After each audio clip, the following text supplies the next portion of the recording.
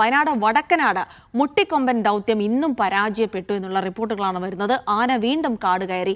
ദൗത്യം നാളെയും തുടരും.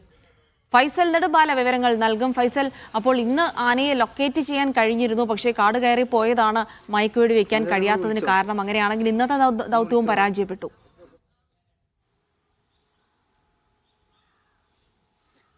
ജിൽസി, തീർച്ചയായും ജിൽസി സൂചിപ്പിച്ചതുപോലെ തന്നെ ഇന്ന് രാവിലെ 3:30യോടുകൂടി ദൗത്യം പുനരാരംഭിച്ചു. ആനയെ 6 മണി വരെ ആനയെ കൃത്യമായിക്കൊണ്ട് ലൊക്കേറ്റ് ചെയ്യാൻ വനംവകുപ്പിന് സാധിച്ചിട്ടുണ്ടായിരുന്നു. പിന്നീട് ആന ഉൾക്കാട്ടിലേക്ക് നീങ്ങിയതാണ് ഇന്നത്തെ ദൗത്യം പരാജയപ്പെടാൻ കാരണമായിട്ടുള്ളത്. ഏറെ നേരം ആനയെ ലൊക്കേറ്റ് ചെയ്തു. നമുക്കറിയാം, വെളിച്ചം വരാതെ ആനയെ മയക്കുവെടി വെക്കാൻ സാധിക്കില്ല എന്നുള്ളതാണ് ലൊക്കേറ്റ് ചെയ്ത സമയത്ത് ഉണ്ടായിരുന്ന ഒരു പ്രതിസന്ധി. വെളിച്ചം വന്നപ്പോഴേക്കും ആന ഉൾക്കാട്ടിലേക്ക് നീങ്ങിയതാണ് ഇന്നത്തെ ദൗത്യം പരാജയപ്പെടാൻ കാരണം. ഉൾക്കാട്ടിലേക്ക് നീങ്ങിയത് കാരണം പിന്നീട് ആനയെ ലൊക്കേറ്റ് ചെയ്യാൻ സാധിച്ചിട്ടില്ല. നാളെ വീണ്ടും ദൗത്യം ആരംഭിക്കും എന്നുള്ളതാണ് അറിയിച്ചിരിക്കുന്നത്.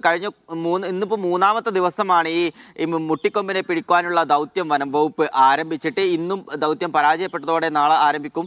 എന്തായാലും ആളുകളെ സംബന്ധിച്ചിടത്തോളം ആശങ്ക ഇപ്പോഴും ഒഴിയുന്നില്ല. വനം വകുപ്പിന്റെ കൃത്യമായിക്കൊണ്ടുള്ള നിരീക്ഷണം ഇതിന്റെ പുറകെ തന്നെ ഉണ്ട്. എന്തായാലും ആനയെ പിടികൂടും എന്നുള്ള ഒരു തീരുമാനത്തിൽ തന്നെയാണ് ഇപ്പോഴും വനം വകുപ്പുള്ളത്. ജിൽസി.